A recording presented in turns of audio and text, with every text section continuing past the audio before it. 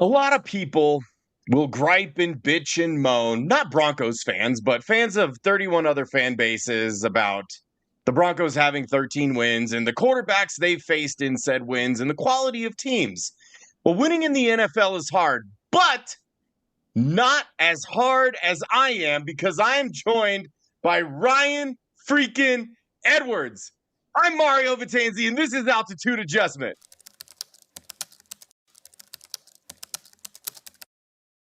Hey, feel I'm in the mood for a switch up. I hit the function, hit the rose till I hiccup. I hit the stage and leave with money that's a stick up. Let's just one quick clip that I think will demonstrate how I feel towards Ryan in that opener. I feel like I caught you a little off guard, Ryan, though you shouldn't be surprised. But this is how I was feeling about that. Got him. Ryan Edwards of KOA, man, the legend himself. Again, I'm so appreciative that you're here and you're donating your generous time to me. I'm so excited. How are you doing, man? How was your holidays? Catch me up on everything. I'm great. Thank you. And yeah, you did catch me off guard on that that intro. Oh my God, Mario. It's amazing. I've had you on like half a dozen times and Yeah. I can still shock you, which is great. It's great. I don't know if you can tell by the lighting, but I am definitely blushing. No, it was great, man. Of course we all worked on Christmas Day, but they got a win, and they ended up winning the AFC West over the weekend. So yeah, I mean all is great. I mean, this is a very exciting time. So I'm great. From a work standpoint, family standpoint, everything's great, man. I appreciate you asking.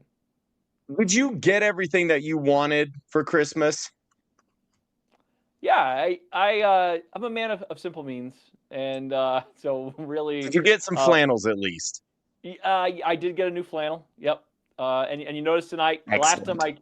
I was on your show without a flannel, and I could tell you were disappointed by that. So I thought I had it to show up tonight with the flannel on, so you recognize me, certainly, and so people would recognize me. But yeah, Yeah, man, that's funny coming from the most recognizable man in all of Broncos radio, but you're adorable. Broncos radio. That's good. Yeah, no. So yes, I got. Listen, the Broncos win was huge, and I mean now they're in position to get the 1 seed. So I'm honestly, it's been such a weird, wild, awesome season. I just can't wait to see how it goes. Where it goes.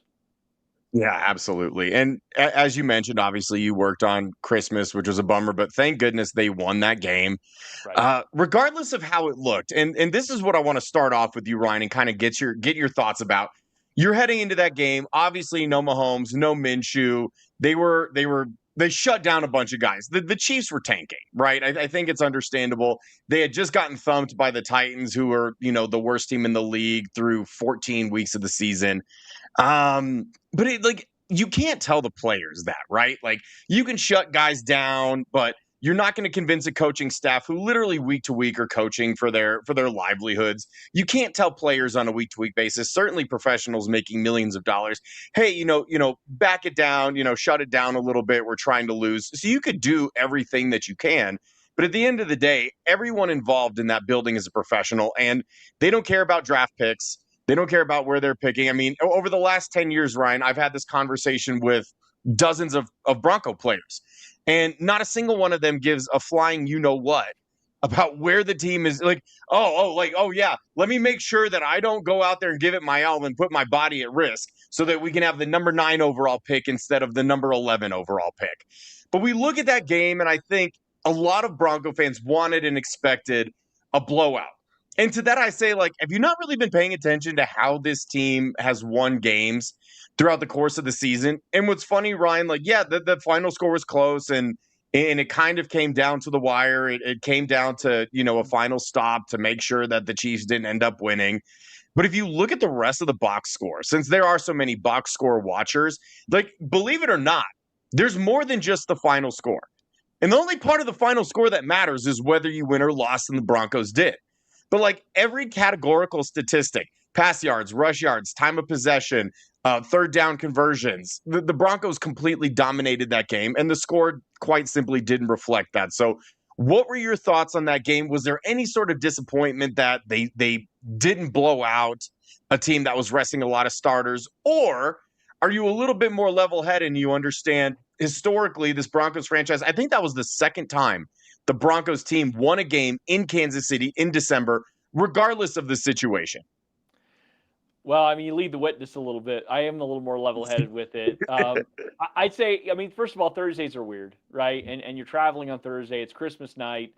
There's just a lot that kind of goes into those kinds of things, especially from a game plan standpoint. Or I guess not a lot that goes into those game plans, as you know. And they can be a little weird, right? And that game was weird. But you're absolutely right. From most statistical categories, the Broncos really did dominate, with the exception of the final score.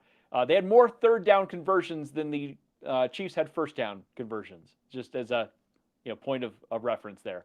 But I don't think I was disappointed at all. For me, the entire season's been like this. This is who they've been, and getting the win is the most important thing. It's really all that matters. We get a chance to debate the other points, right? The point.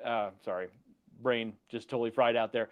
But anyways, the style points. That's what I was trying to say. We get to debate the style points. The Broncos players, they don't really care about that stuff. And even when they're asked about it, it's kind of like, yeah, but didn't you see that we won? And so that's really what it comes down to for the Broncos when it comes to whatever they do, whether it's this game against the Chargers coming up on Sunday or even into the postseason, win, advance. That's really all that matters. But I do think that there's something to the idea of when you play these close margin games, when they're within a score, you do invite some potentially bad luck, right? You invite a bad ref call or a bad bounce of the ball, a tipped interception, those kinds of things. So, next year, I think that we'll get into discussion as we're heading into the season about, hey, the types of winning that you can do, and especially if you're going to take another step forward, maybe you give yourself a little bit more margin. But this year, I think we just enjoy the ride and say, okay, they have a belief within that building, within each other, that they are going to find a way to close out games, and they do. And at the end of the day, they've exceeded all of their expectations, right? The same that they did last year. Last year, they had the worst the worst roster in the NFL. Their over/under was 5.5 games. They won 10. They snuck into the playoffs, but they made the playoffs all the same. They exceeded every expectation that I think everybody had. And then you go into this season, and you're literally just looking to build on what you had done the previous year. You're still a little hamstrung by the Russell Wilson contract. Thankfully, you have owners that operate with monopoly money and don't seem to care how or why they throw it around. But this is exactly what you want. And I think the biggest point of growth from last year to this year, and what has made them potentially the number one seed, assuming they take care of business on Sunday, is all of those close games that they lost in the 2024 season. They won almost all of those, aside from 2 of the first 3 games of the season. They're winning their one possession games. And I've said it on here, I was a victim of circumstance where they kept winning games that maybe they shouldn't have won, right?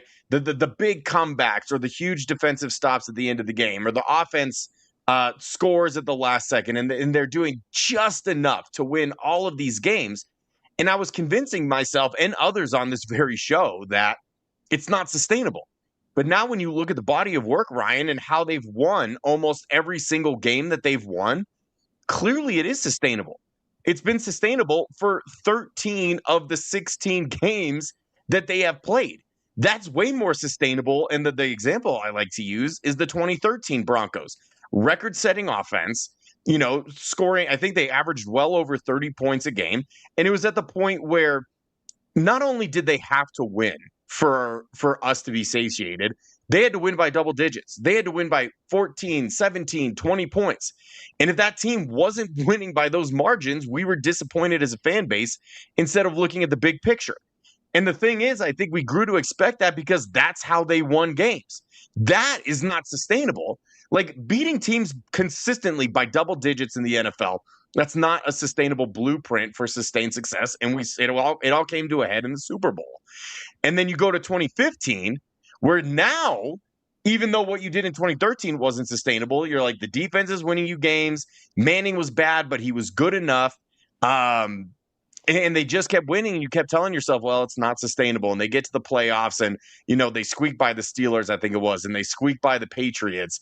And then you're going into the Panthers game. Nobody thought that they would win that game outside of guys in the building. They were big underdogs, and that was one of their largest margins of victory of the entire season. So all this to say that this version of winning, where it doesn't have to look pretty. It's nitty gritty, but you do exactly what you need to do to get the job done, is a much more sustainable approach than trying to boat race teams week in and week out. No, I completely agree, and because of that, I do think that's going to set them up well for the postseason, and really to know that even if things aren't going well, as long as the fourth quarter is still coming up, we have a chance in this game. And I absolutely agree with you. You look at the 2015 Broncos, you look at the Vikings from a couple of years ago, the Chiefs last year. There's plenty of examples of an in-season team that can win those close games and ride that all the way into the postseason and sometimes to the Super Bowl. The Vikings didn't do it, obviously, but the Chiefs went to the Super Bowl last year and the Broncos won it 10 years ago. But more of the point is, like, this isn't something sustainable into next year necessarily. Like, I don't know if that year to year you can sustain this style. But when we talk about an identity for the team, this is it. And yeah, you said it. Like, early on in the season, I think there were a lot of people that were saying, well, you just can't keep winning. You're going to eventually run into better opponents. And there is something to playing up to opponents and playing down to opponents that can be a little maddening about this team sometimes. But at the same time, they do play up, right? It's not like they're playing stagnant at the same level every single week. They show up against the Green Bay Packers. You know, they didn't play their best game against the Jacksonville Jaguars, but even they acknowledged after the fact that it ended up being kind of a good loss for them. It got to refocus for what kind of prep needs to go into these weeks, especially against good teams. So we may look back at that when they get to the Super Bowl here and say, all right, well, there you go. That loss ended up refocusing them, and then they were able to go on a bit of a playoff run as a result of it. But yeah, I'd say sustaining the ability to and the belief in winning late or winning in the fourth quarter or playing. And by the way, it's a variety of ways. Defense, offense, special teams, they're all doing things. They're finding unique ways, all of them, to contribute to these wins. It's not like, hey, the defense is bailing out the offense every single week. That's not the case. The offense has definitely been on the other side of this and bailed out the defense. So that, for me, is the most impressive thing, and why no matter who they see in the divisional round or the AFC Championship game, I feel like the Broncos are going to have a really good game plan and be in it all the way to the end, especially with that home crowd. Absolutely. Comment that I want to bring up here from Martin, and thanks for watching the show, Martin. It's sustainable. It's not probable we can win a Super Bowl like this, but it won't be easy. Bottom line, there, like, you're right. But winning a Super Bowl period isn't easy. That's what it is. One team out of 32 every single year can win it. It's hard. It's like, regardless of what your team looks, regardless of your coaching staff, regardless of the kind of football that you're playing, there is never a situation where winning a Super Bowl isn't hard. So, Martin, you're right. Like, yeah, it's not probable. You're right, because there are 14 remaining teams that you kind of have to worry about on either side of the bracket. That's not easy. And like you're saying, like, it's not probable. So yeah, statistically it's not, but it's the same probability for every team at this point. Well, and to that point, most Super Bowls aren't blowouts anyways, right? I mean, we saw last year with the Eagles, they did blow out the Chiefs. And I guess you could call maybe that Rams-Patriots game a bit of a blowout because the Patriots are kind of in control. But for the most part, all of these Super Bowls are within a score or two late in the fourth quarter. And that's obviously where the Broncos thrive.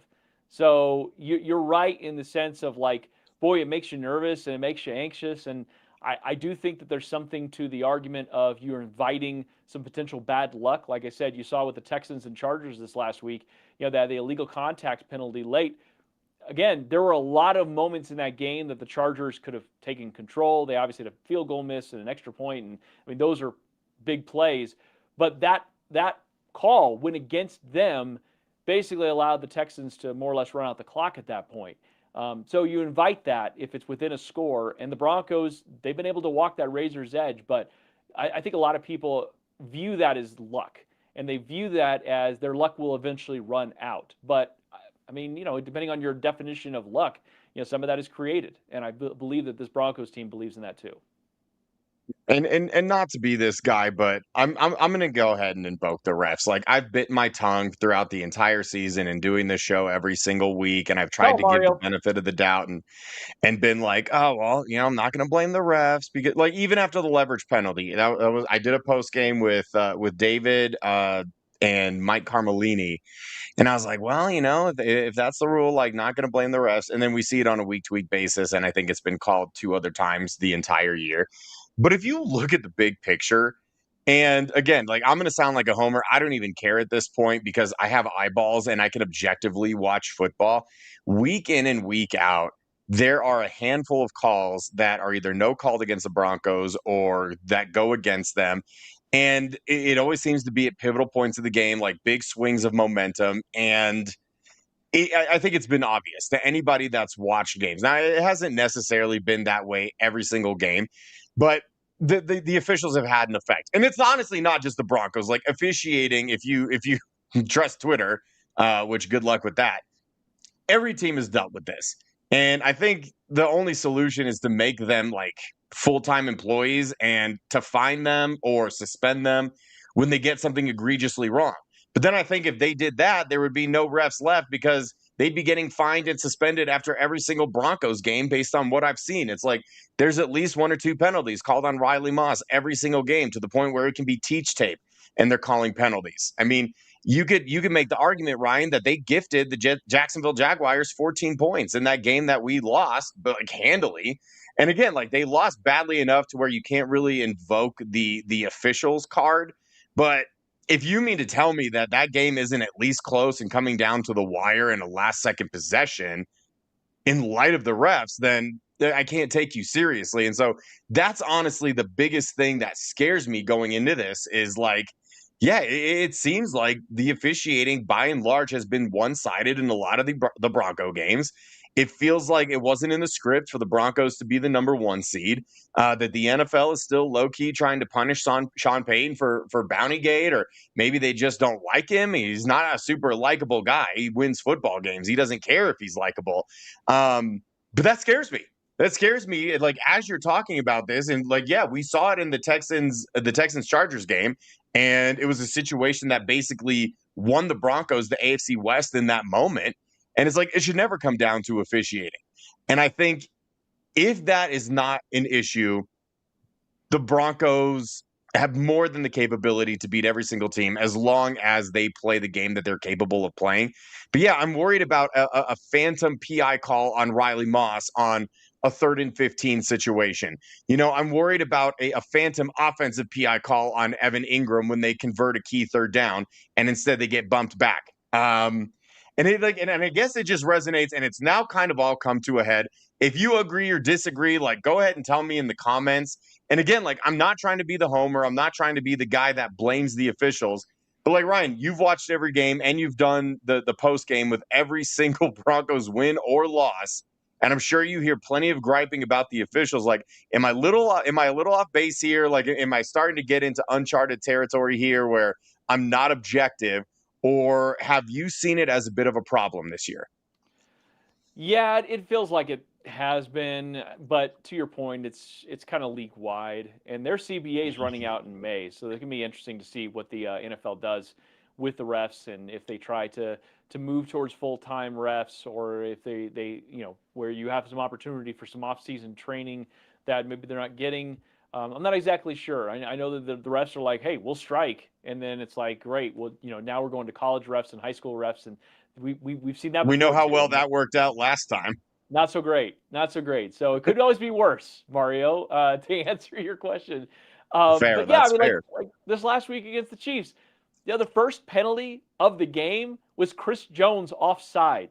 That was the first penalty of the game for the Chiefs on either side of the ball. Right, and you had uneducated, ignorant Chiefs fans complaining about the officiating after that game when they inexplicably, you're right, had no penalties until deep into the 4th quarter. Yeah, it was deep into the 4th quarter, and then they got one more, delay a game on that final drive, and so they had 2 penalties for 10 yards in a game where it's again, fortunately it wasn't the difference. I mean, it was for the Chiefs because that offside by Chris Jones allowed for the Broncos to eventually score a touchdown.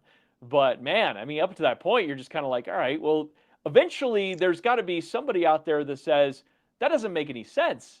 Like I can understand like playing relatively clean football, and there are some teams that try to maximize those opportunities. Unfortunately, the Broncos have not been that team. That's one of the, if you want to be frustrated, that's hey, you have a veteran coaching staff, and you've had for a while led the league in penalties the entire year. There's a certain amount of consistency with that that you can't just blame the refs for. You've accomplished some of that on your own.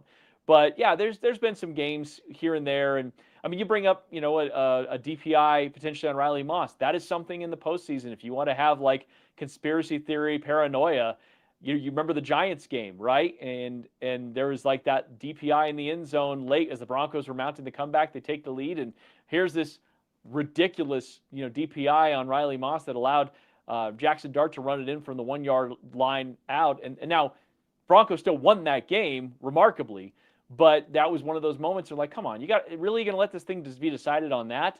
Just like in the Chargers and Texans game on Saturday. It's like, really, it's not even a great call, but you're going to decide the game on that? The leveraging penalty is another example. So, I always, anytime I talk about the refs, I get told, well, first of all, by Ben, that's a loser's mentality to talk about the refs. But that's a Ben Albright thing. It's ironic coming from Ben the loser. And then the other thing is it's the human element, and you can't control it. And that's where, I what I'd like to see, just on a more utopic level, okay, is that replay assist have a heavier hand. Like for me, yeah. I think that there's plenty of examples here where we're sitting on our couch or we're watching the game from wherever, right? And we're all seeing this thing. And replay assist has had some moments where it just jumps right in and gets it right. But I feel like you could be a little heavier handed with that, giving the refs that extra tool. And I think that alleviates some of the stress of the refs on the field, right? We don't have to be subjective. They track all these things with all the refs on their tendencies, right? We could strip away a lot of those tendencies. It's like, well, hey, if they call holding here and it's pretty obviously not a holding, or if they call, I don't know, roughing the passer and it's pretty obvious, replay assist can jump right in and say, actually, listen, not your fault. Bang, bang play, but everybody at home sees that that's not a penalty, and we're going to go ahead and jump in and overrule you. And then the refs are like, cool. That takes a lot of pressure off of us to feel like as though we're impacting the game. And so for that last play against the Chargers and Texans, maybe they don't jump in because by the spirit of the rule, it's technically right.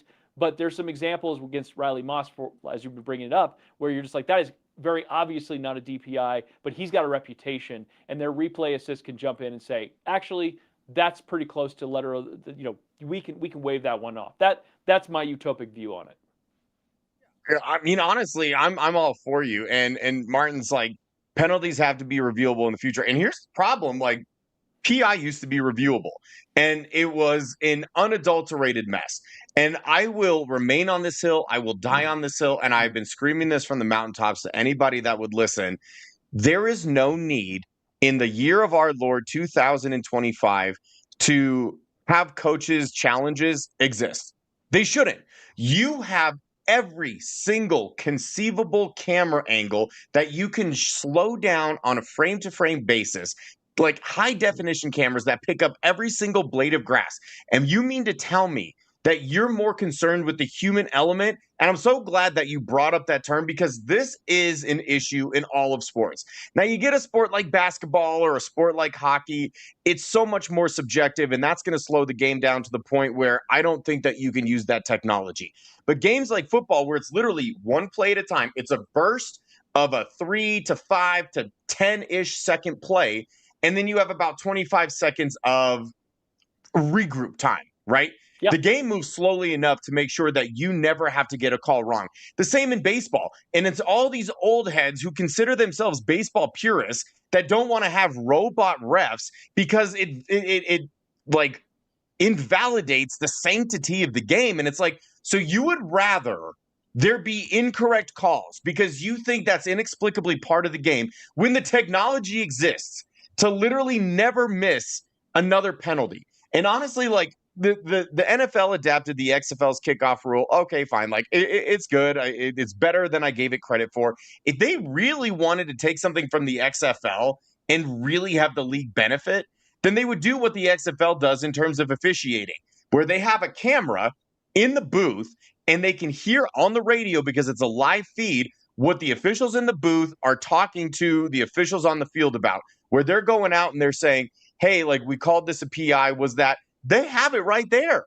Like, this shouldn't even be a like utopic thing, Ryan. Like, this is within their grasp. All they have to do is actually commit to it. And honestly, it's not going to make the game longer because, like you said, it's in real time. They radio down, like we've seen, where like video assist will sometimes come into play. But I've remembered specific situations throughout the season where Sean Payton or whoever else has had to challenge a spot. Well, why do we have the video review? Is it only sometimes, like in some situations, is it arbitrary? So anyway, that is that is an opinion that I will take to my grave, and maybe sometime in the distant future, we will see the NFL finally rectify this situation where they realize coaches shouldn't have to challenge anything because they're getting it down from the booth anyway. Like a coach's challenge that a coach actually challenges, how often is it something that the coach saw? Almost never. They've got people in the booth saying, hey, this is going to be overturned. You got to go ahead and throw the challenge flag. Or the fact that teams rush to the line to make sure that it can't be looked at, that shouldn't be part of the game. Just make sure that you call everything correctly. And then what do you get? The most evenly called game to make sure you're absolutely positive that the more superior team is winning that given day. And then you never have to worry about, some college in Texas doing an actual legit study that proved that the Chiefs got preferential treatment throughout their entire playoff run, which obviously makes it all fraudulent and tells us that you have to put an asterisk next to every single one of their Super Bowls.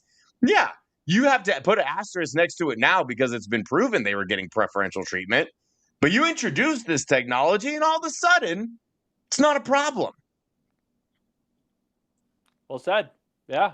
Listen, man, we're in lockstep on all of it. Let's rant here. I gotta change up the vibe here. We're gonna get a little bit more serious. Okay. We're gonna get inquisitive Mario now, if you don't mind. No, so please.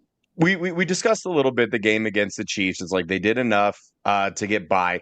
It struck me, Ryan, as a game that they were like, let's go in there. We don't want to put a bunch of crazy stuff on tape. We feel like we can have this game in hand, and they did.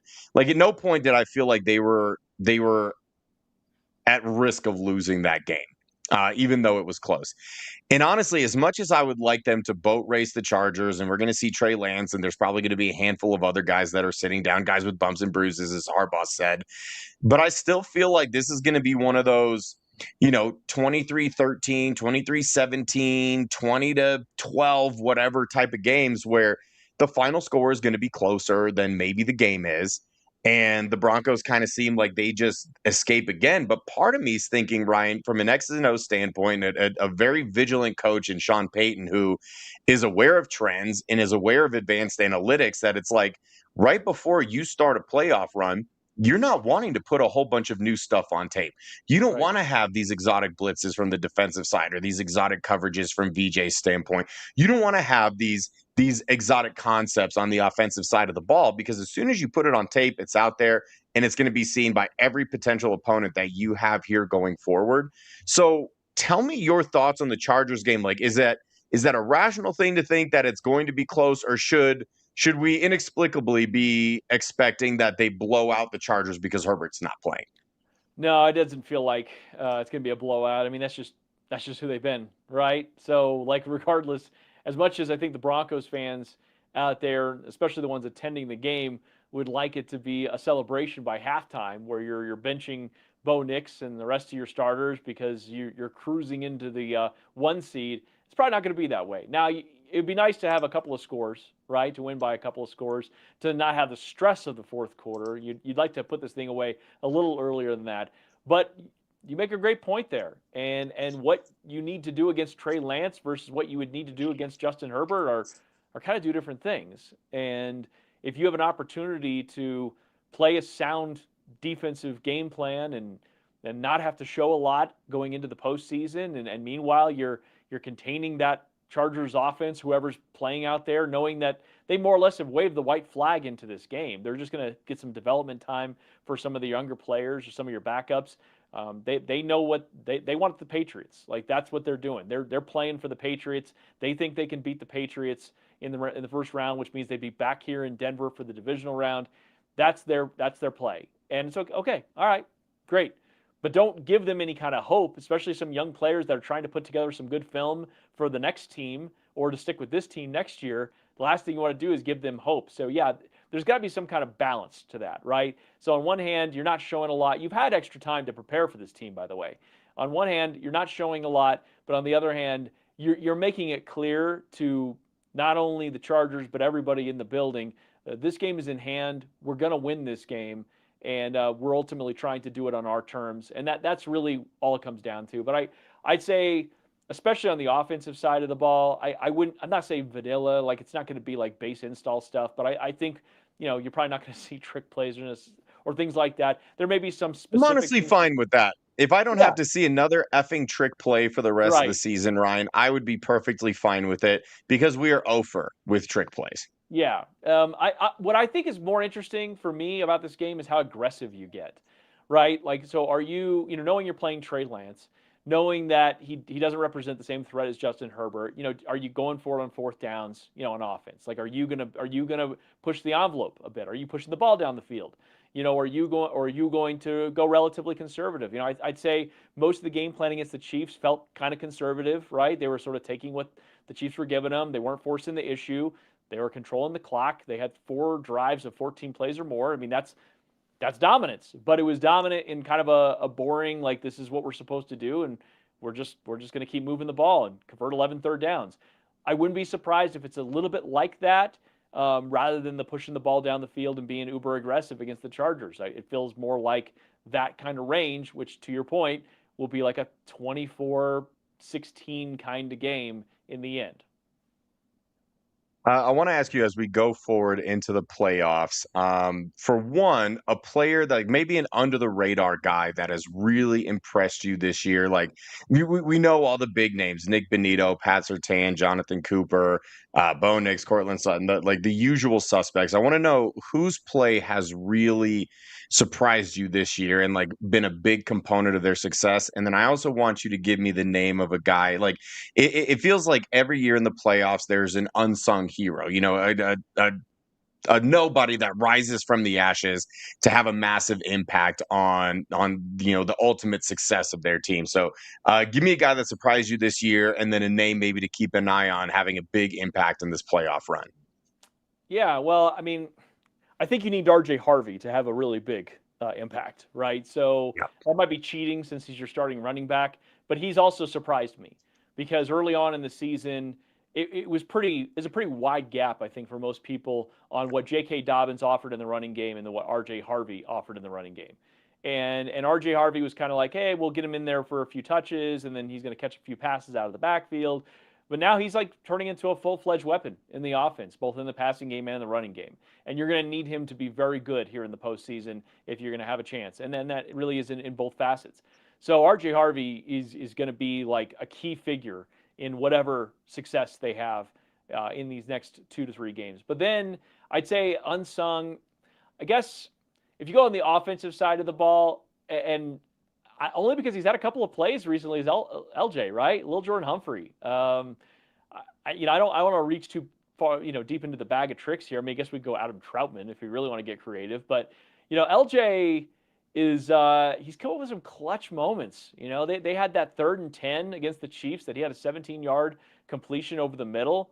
Bo Nix is going after LJ. Like in some of these key moments of the games, he caught a touchdown the week before, or I guess a couple weeks before, with the Green Bay Packers. So, yeah, that'd be my offensive guy. Defensively, let's give some love to PJ Locke. I thought he looked better this last week against the Kansas City Chiefs, and they're going to need him to be good. He's going to be starting alongside Talanoa, and if PJ Locke can rekindle one of the reasons why he was a starter last year. I think that he's in for some big time moments. Wouldn't be surprised if he gets an interception, or maybe a fumble recovery or something like that. That he comes up with a big game changing kind of play. He'll get opportunities maybe to get some TFLs and some sacks in these games. But yeah, give me LJ, give me PJ. I would like everyone to know that Lil Jordan Humphrey, he He ain't ain't that that Lil. Lil. Yep. Yep, he ain't that Lil, Pat. Thank you for watching. I'm Obviously disappointed Pat couldn't join me tonight. He's on dad duty, but glad that you're watching, Pat. And he, of course, as he always does, brings up a fantastic point. They need to keep controlling the clock and just operating the offense the way that they have. As long as they turn those long drives into touchdowns rather than field goals, they're dominating teams. And that's exactly what it is. They're moving the ball incredibly well in between the 20s. And you're right, you have to start converting touchdowns. Like, you got to stop settling for field goals. Red zone offense has to be better. And Ryan, I'm really glad that those are the guys that you brought up, because they're guys that were kind of thrust into the spotlight as a result of injuries. And I think that's been the best part about this team, and something that Pat and I talked about early in the season is the depth of this team is maybe the biggest thing that sets aside like this specific Broncos team versus last year and even teams in the past, where it's like one key guy will go down and everything tended to fall apart, right? Because they just lacked so much depth. And it's like, we saw Ben Powers go down and Palczewski filled in, and he was just as good, if not a little bit better than Ben Powers. I mean, Luke Wattenberg, who gets a lot of flack on the show from a certain host, was having a solid year, but he goes down. And Alex Forsyth, who, go Ducks, Pat, has stepped in, and he's done incredibly well. Like, what you're looking for is a lack of a drop off when your key guys get hurt. So like when J.K. Dobbins goes down, we all start to panic as a fan base, because we're like, well, now we're not going to have a running game because they've used R.J. Harvey as a gadget guy. I think a lot of people started to panic a little bit because Brandon Jones has been so solid and so stalwart the last 2 seasons for this Broncos defense.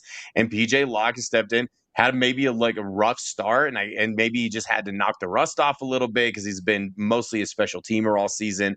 Harvey is starting to come into his own.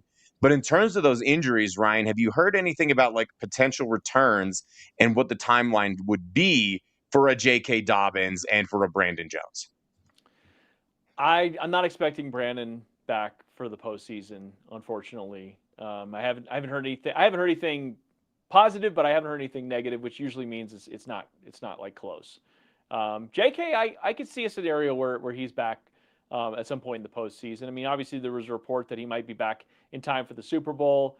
Some people think that's a little bit optimistic. And then Sean Payton kind of dropped randomly into a conversation about a month ago that he could be back sooner than people projected. So I don't know. That one kind of had me intrigued there, because he dropped. It wasn't a conversation about J.K. Dobbins. He was asked about, I think, Drew Sanders, and then he started talking about J.K. Dobbins. So I'm a little interested in that one.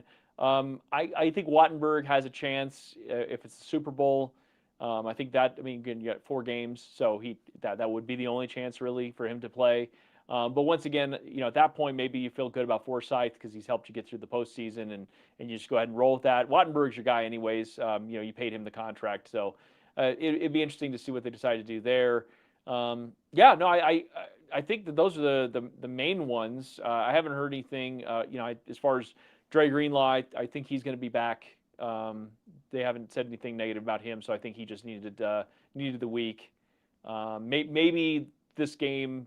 Maybe you're limiting him. Shut him down. Make sure he's ready for the playoffs. Yeah, you may not push that one too much, but everybody else. I mean, we'll see with Pat Bryant as far as the concussion protocol and all those kinds of things. That also might be a situation where you just give him another week if you can. But otherwise, yeah, I mean, the Broncos, with the exception of those couple players, they kind of come into the postseason in pretty good shape so far. So tell me, Ryan, what's the biggest thing that this team needs to do in order to go on a run here in the playoffs, potentially make it to the Super Bowl? Like, what facets specifically would you say? Yeah, like, obviously they've done a good enough job of everything. Otherwise, you're not 13-3 and you're not on the doorstep of the number 1 seed. But to be able to take it to that next step where you're like, yeah, like you'd really like to see this facet improve and really start clicking if this team is to be a legit Super Bowl contender. Well, I'll start on the defensive side of the ball. Last 2 weeks you've given up 5 red zone touchdowns. That's got to be fixed right away. I mean, you were the best red zone defense in the league, and then you gave up 4 to Jacksonville, and then the only one time the Chiefs got in the red zone, but that was off the interception. But the point of it is you still gave up a touchdown there. It was off broken tackles. So I guess you could start with missed tackles. That's got to be cleaned up. Red zone would be a big one. Like, you listen, the leaky yardage is one thing, but then you've got to make them settle for field goals. And that's how you beat the Green Bay Packers. That's how you're going to beat most good teams, is you make them settle for field goals and you lock down the red zone. It's fine if they're going to move the ball. You don't want it, but it's going to happen, right? Understand that, but then also lock down in the red zone. But if you give up 4 touchdowns to any team in the red zone, you're going to probably lose that game. And that's not to say that the offense can't battle and keep it close. It's just, it's not how you want to win. That's not who you are. So don't give teams those opportunities. It would be nice to see some takeaways. I know that Sean Payton talked about it on Monday to impact the turnover margin. The Broncos are negative right now, and that's something that you'd like to be better at. -5. Yeah, exactly. That's not good. That's really not good, and it's partly the offense, but in large parts the defense has not been able to generate a lot of takeaways. And so those extra possessions for the offense would be extremely valuable. That would be, so if there's 3 things for the defense, those are 3 relatively quick things that I think if you can just, better tackling, red zone, and then, find ways to force some takeaways. I think all 3 of those things would help out the offense tremendously. I think it's pretty easy to say, like, hey, you want to be able to run the ball effectively, but I don't even know if that's what this team is. I think more than anything, you're just going to say, continue to work some of that short to intermediate passing game if that's going to help supplement your run game. I want to say, we come into the season with expectations, and we say, well, you want to be balanced, right? You want to be able to run the ball when you want to run the ball and pass the ball when you want to dictate. And you could, I think, for a while there with J.K. Dobbins. When he went down, they kind of went back into what I think Sean wants to be, which is a pretty heavy passing team. Once in a while you'll get into some closer balance like this last week against the Chiefs, but for the most part, it's going to always favor the passing game, even if you're up in games. And I think that's because they supplement some of the run game with the pass. So just be hyper efficient with that. If you want to point to something specific, be good on first and second down. I mean, maybe even just first down. If you can get 4 or 5 yards every time first down, you're going to find yourself in position to win a lot of games, or at least string together drives and get points pretty consistently. So early in the season, they struggled on first down. Then they struggled on second down, and they found themselves in 3rd and longs. You notice as the season went on, they got better and better at that. And the last month and a half, they've been elite, really, like top of the league when it comes to first and second down. So just kind of keep that pattern rolling, and I think you're going to be in good shape. So you brought up kind of the decline that we witnessed with this defense. It kind of started at Washington, and it's gotten better in places. Against Green Bay, first half was terrible, and then the big interception from Pat Surtain really kind of turned the tides. The defense did not look good against the Jacksonville Jaguars. Really were able to do whatever they wanted, however they wanted it. What in your mind has been the reason that we've seen this drop off in production from the defense as a whole, and certainly in the red zone, where you're right, like they were the number 1 red zone team in the league, and as of late, they can't seem to stop a nosebleed. Is there anything in particular that you kind of point towards of like what has been leading to that? Well, their zone numbers are up a little bit, and I'm not sure if that is an indication that they're because of the injury to Brandon Jones, or I'm not exactly sure. I asked Shelby Harris that question today about why teams this late in the year start to see that, and he pointed, he's like, listen, teams are running on us. We used to be one of the best run defenses in the league. He's like, but you have geniuses in opposing teams on offense who spend all year long trying to find the thing that you struggle at the most, and by the end of the year, they've figured some things out on you. And he's like, that's really what it comes down to. There's no, you stop playing well. He's like, it's not that. It's just teams have spent all year long preparing for you, and now they have a chance to look at 15, 16, 17 weeks of film, and then they go, well, there you go. This is exactly where I'm going to attack them, and then they do. He's like, now the cat and mouse game part of it is to, what you are, where they're going to try to attack you, and then you give them that same look, and then you do something else. And he's like, that's really where the defensive coordinators now have to find a way to respond. He's like, because you're not going to change necessarily who you are or what the fingerprint of your defense is.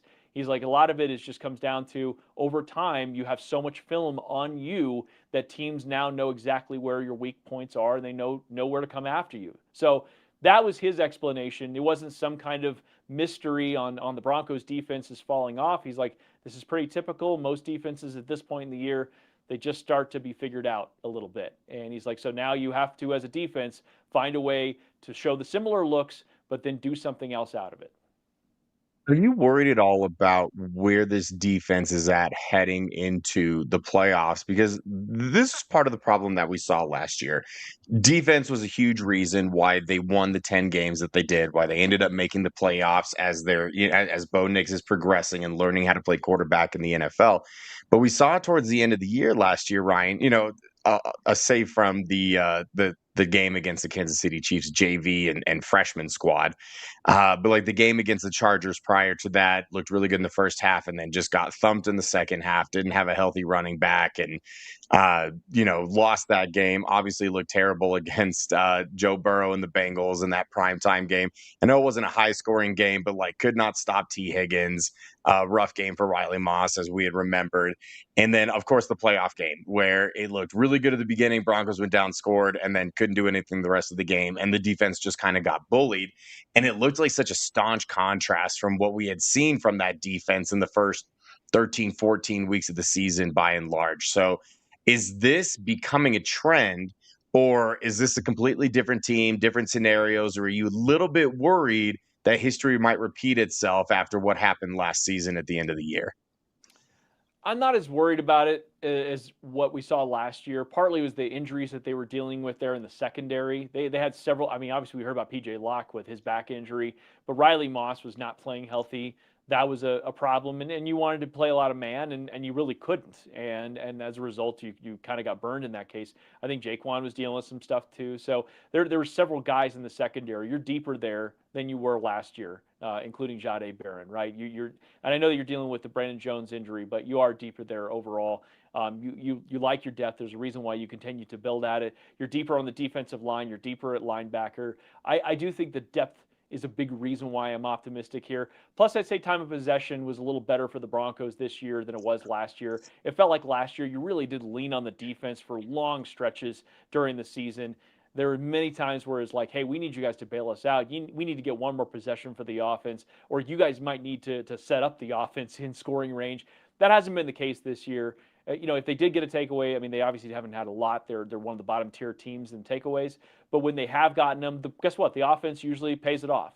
And the Broncos offense has been sustaining some of these longer drives, especially down the stretch here in these last few games. You remember the Raiders game, obviously this last week against the Chiefs. They've had some really long stretch drives.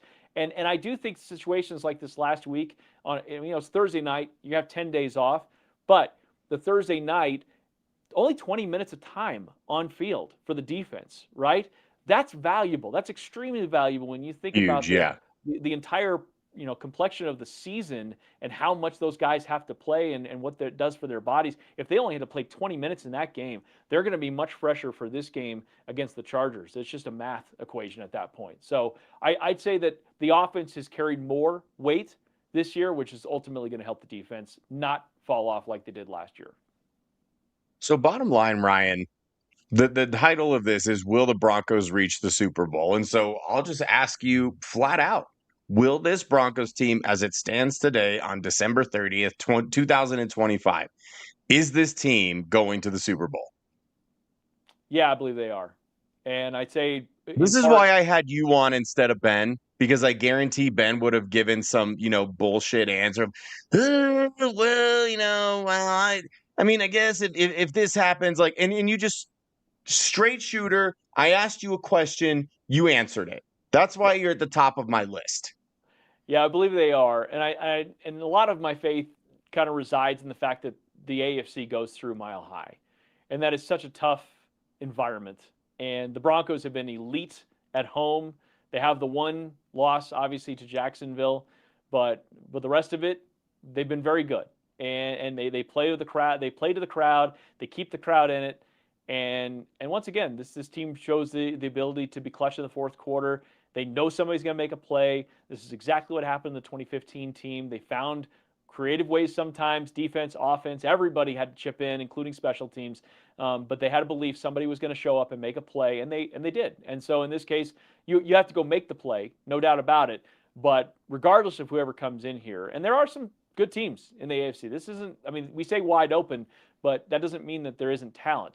The Who AFC is scares wide you the open. most, really quick? Who, like, of the remaining AFC teams, who scares you the most? Well, the Bills, I think, despite the fact that they struggled against the Eagles this last week, they can run the ball, and a team that can run the ball as effectively as James Cook and Josh Allen can should be scary for the Broncos, because if they can get that established and the Broncos have a hard time slowing it down, that's going to eat clock.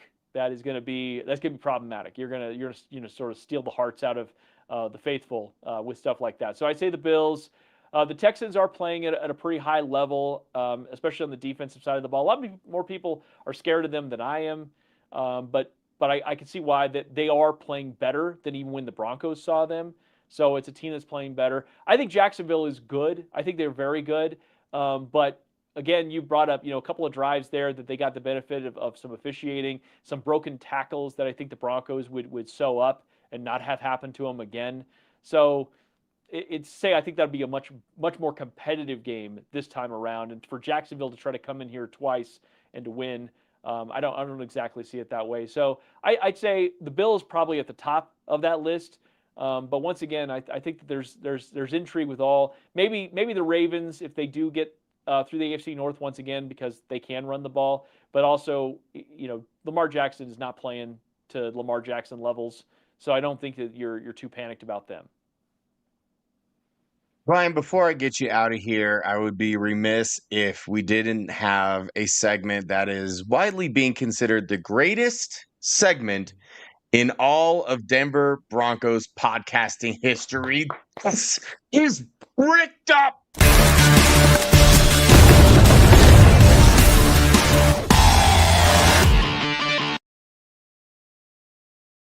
Ryan freaking Edwards, the best thing going in all of Denver Broncos radio, media, you name it.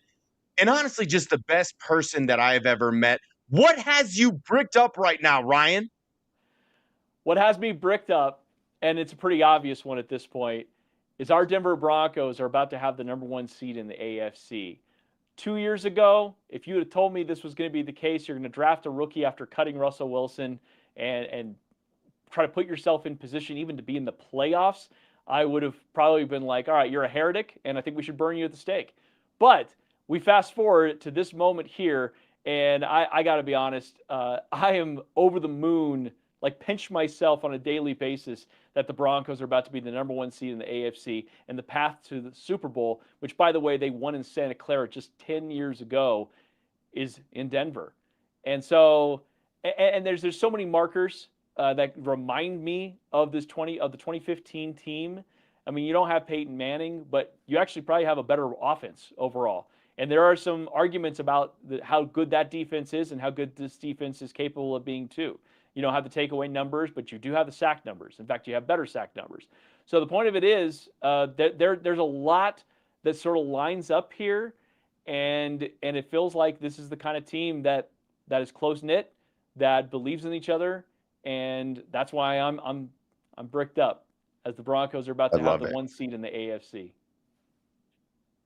Well done as always, and How I'll about try you? my best to follow that. But you're right. First of all, as I had mentioned at the very beginning of the show, I'm bricked up that you're here, and I have been for this entire hour. I'm worried that I might have to call a doctor soon.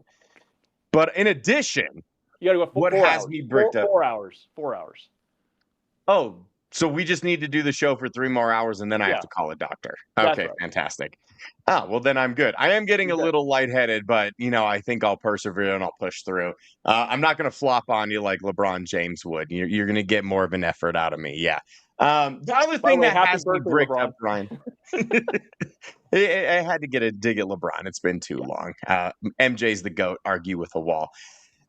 The other thing doesn't have me as bricked up as Ryan the GOAT Edwards, but almost as bricked up is the fact that at every point during this season that we have seen a hater, a detractor, somebody telling us that the Broncos aren't as good as we think they are as their fans, the people that have said that they're fraudulent, the little pansies like Benjamin Solak who have never thrown a ball for real life in their entire lives, who try to tell other people how bad Bo Nix is, all of the individuals like that want to get on their little shows, the Nick Wrights of the world who so desperately want to convince themselves that the Broncos aren't for real, that the Broncos aren't a good team. Every single step along the way, Ryan, this team has proven them wrong.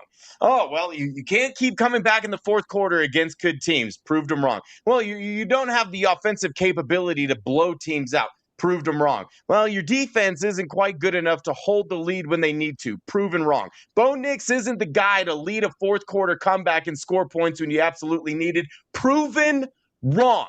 Every single time that someone has tried to say something negative about this team, like 82KW in the comments, yeah, I see what you're talking about. And I'm talking to people like you who are doubting this team. I don't know who you root for, but if you claim to be a Broncos fan, you could take your ass somewhere else. Take your ass to Houston, 82KW82, because you're in here talking about why the Texans are so much better. You're wrong. Just like all the other people that were talking bad about the Broncos, saying that they're not going to accomplish anything, they were wrong. Nobody thought the Broncos would win 10 games last year and go to the playoffs, and they did. Proved everybody wrong. Nobody thought that the Broncos would be a potentially 14-win team at the precipice of being the number one seed, having the playoffs go through Denver. You were all wrong. So please, for the love of God, keep doubting this team.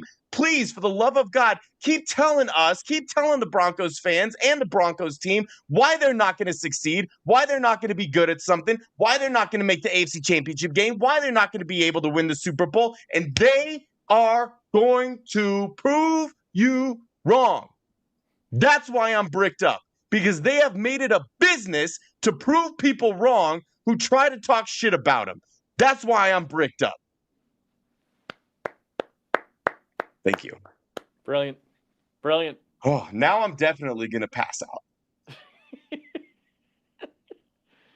out. Ryan, thank you so much. It is, obviously a pleasure talking ball with you. There's almost no, I like talking ball with Pat and Bree as much as you, and those are the only comparable people.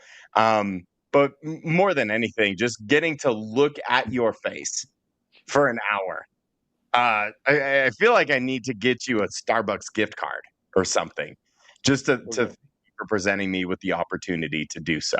You know what? I'm going to do that. I'm going to get you a Starbucks gift card. Thank you so much for $100. You're going to be dick deep in pumpkin spice lattes. You're not going to know what to do with it. Oh my God, Mario! Jesus Christ! You're going to be up to your mid thighs in pumpkin spice latte. That's the American dream right there. That's honestly, I'm gonna fall asleep thinking about that tonight. That's what I'm gonna be dreaming about. Is being pumpkin spice latte all the way up to your junk.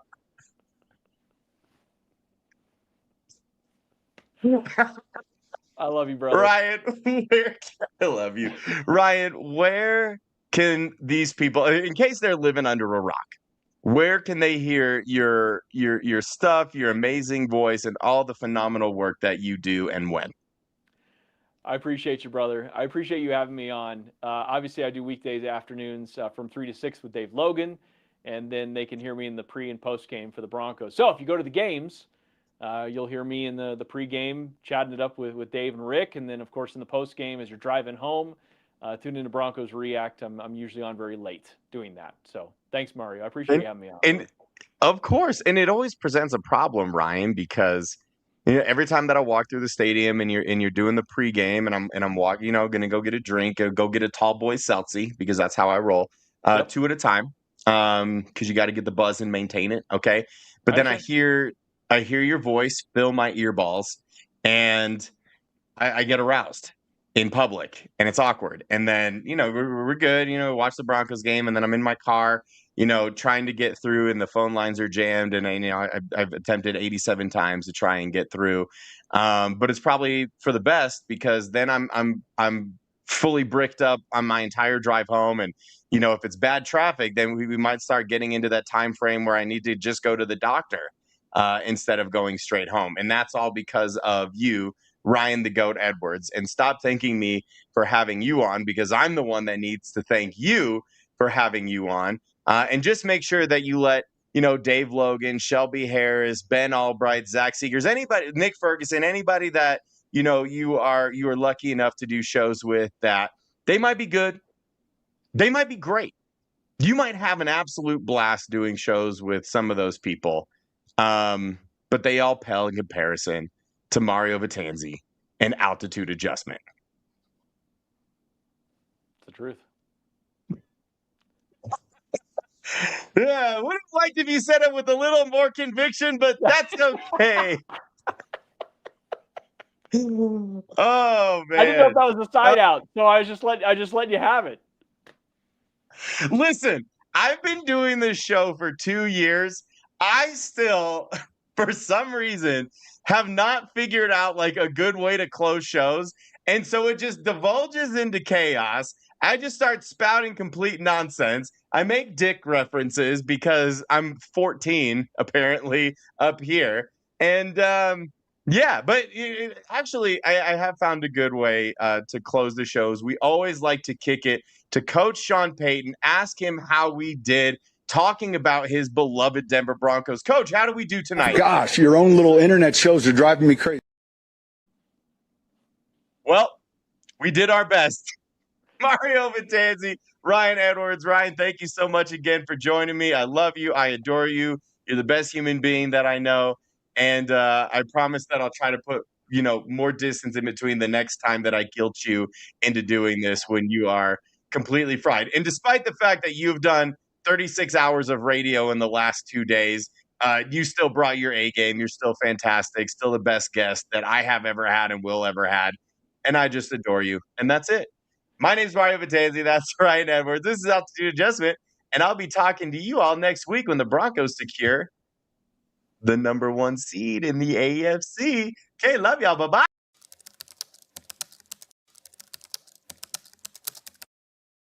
Hey, feel I'm in the mood for a switch up.